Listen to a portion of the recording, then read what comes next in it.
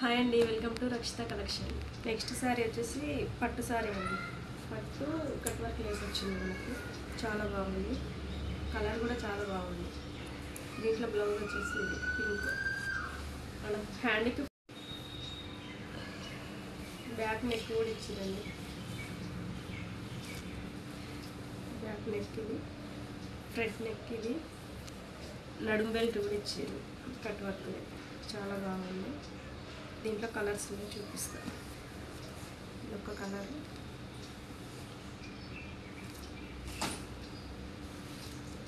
ఇదొక కలర్.